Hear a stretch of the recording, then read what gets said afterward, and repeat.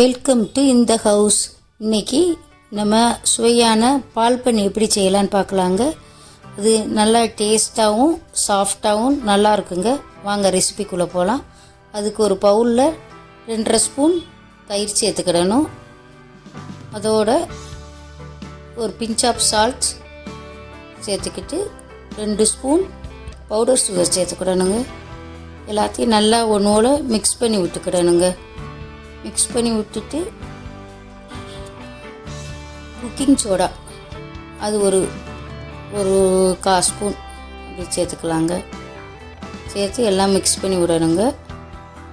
ஒரு 2-3 நிமிஷம் நல்லா மிக்ஸ் பண்ணி இந்த தயிர் நல்லா சாஃப்டான ஆகிற மாதிரி வர்ற வரைக்கும் நல்லா மிக்ஸ் பண்ணிக்கிடணுங்க. ஒரு பவுலில் 1 கப் மைதா மாவு எடுத்துக்கிடணும். ஒரு 1.5 ஸ்பூனுக்கு நெய்யை சேர்த்துக்கிடணுங்க. லைட்டாக நெய்யை ஹீட் பண்ணி சேர்த்துக்கோங்க. நெய்யும் மாவும் நல்லா மிக்ஸ் பண்ணி விடணுங்க. இப்போ நம்ம அந்த தயிரை சேர்த்து கலந்து விட்டுக்கிடணுங்க.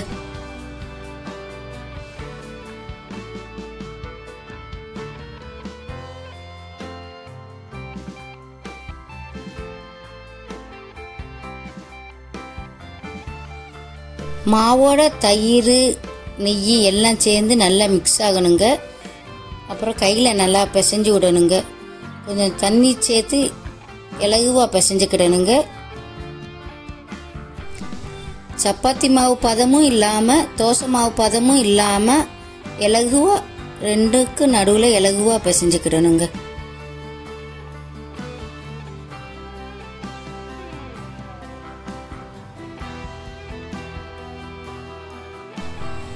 இந்த இது மாதிரி தாங்க நல்லா இலக்கமாக பிசைஞ்சுக்கிடணும்.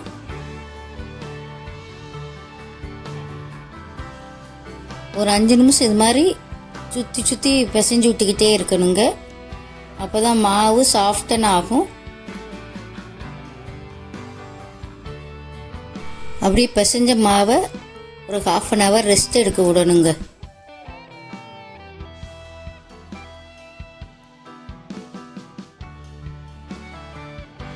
மாவு ரெஸ்ட் எடுக்கிற நேரத்தில் நம்ம சர்க்கரை பாகு தயாரிச்சிடலாங்க. அதுக்கு 1 கப் சுகரை போட்டுக்கிடணும். 1 கப் வாட்டரை ஊற்றிக்கிடணுங்க. ஊற்றி நல்லா கிண்டி விட்டுக்கிட்டே இருக்கணுங்க. அடுப்பை மீடியம் ஃப்ளேம்லேயே வச்சுருங்கங்க. நல்லா பாகுப்பதம் ரேசாக ஒரு கம்பி பாகுப்பதம் வர வரையும் இதை சர்க்கரை பாகு காய்ச்சணும். இதுக்கு நான் கொஞ்சம் குங்குமப்பூவும் சேர்த்துருக்கேங்க.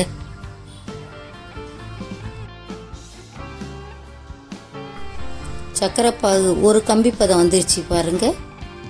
இப்போ நம்ம அடுப்பை ஆஃப் பண்ணிடலாங்க.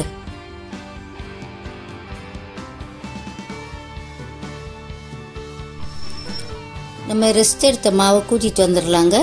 நல்லா எண்ணெயை காய வச்சுக்கிடணுங்க. கடாயில் ஒரு கரண்டியை எண்ணெயில் நல்லா முக்கி எடுத்துட்டு அது அந்த மாவை கொஞ்சம் கொஞ்சமாக எடுத்து எண்ணெயில் பொரித்து எடுக்க வேண்டியதாங்க.